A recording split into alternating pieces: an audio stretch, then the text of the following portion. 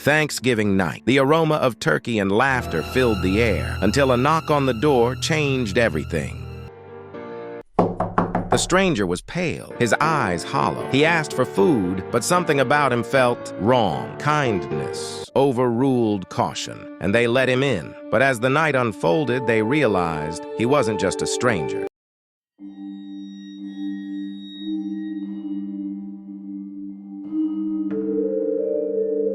It was a crisp Thanksgiving evening, and the Thompson family was gathered around their long wooden table, enjoying the warmth of a roaring fire and the aroma of roasted turkey. Laughter filled the room as they recounted old memories, unaware of the chilling encounter that awaited them. The family had moved to this small, rural town only a month earlier. Their home was an old Victorian house that had stood vacant for years. Locals whispered about its history, but the Thompsons dismissed the rumors as superstitious. Tonight, they had invited a few neighbors to celebrate their first Thanksgiving in the house. As the feast continued, the conversation was interrupted by a loud knock at the door.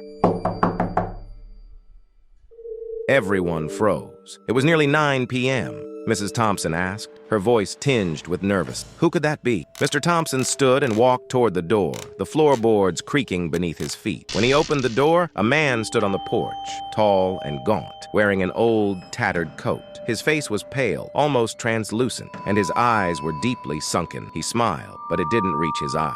"I'm sorry to bother you," the man said in a low, gravelly voice. "I saw your lights and smelled the food. I haven't eaten in days. Could I join you for dinner?" The Thompsons exchanged uneasy glances. They didn't recognize him, but it was Thanksgiving, a time for kindness and generosity. Against her better judgment, Mrs. Thompson gestured for him to come in. "Of course," she said hesitantly. The man sat at the table, his movements slow and deliberate. He didn't touch the food, just stared at the family with an unsettling intensity. The air grew colder, and the fire seemed to dim.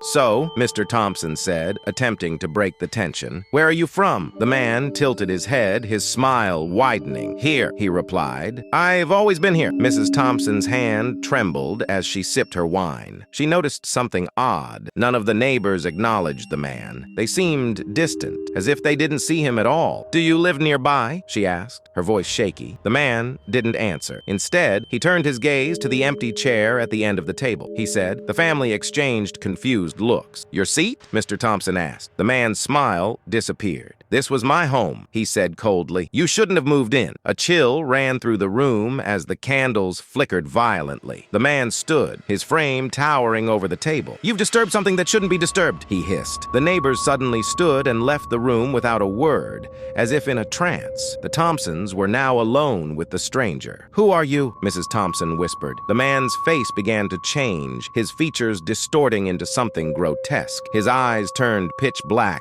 and his voice became a guttural growl. "I am the one you ignored." Suddenly the lights went out, plunging the room into darkness. The family screamed as a deafening roar filled the air. When the lights flickered back on, the man was gone, but the room was in chaos. The table was overturned, the food scattered, and claw marks gouged into the walls. The Thompsons fled the house that night, never to return. The neighbors refused to speak of what happened, but the house remained empty, its windows dark. On the next Thanksgiving, locals passing by claimed they could see a figure standing in the window, watching, waiting for his next meal.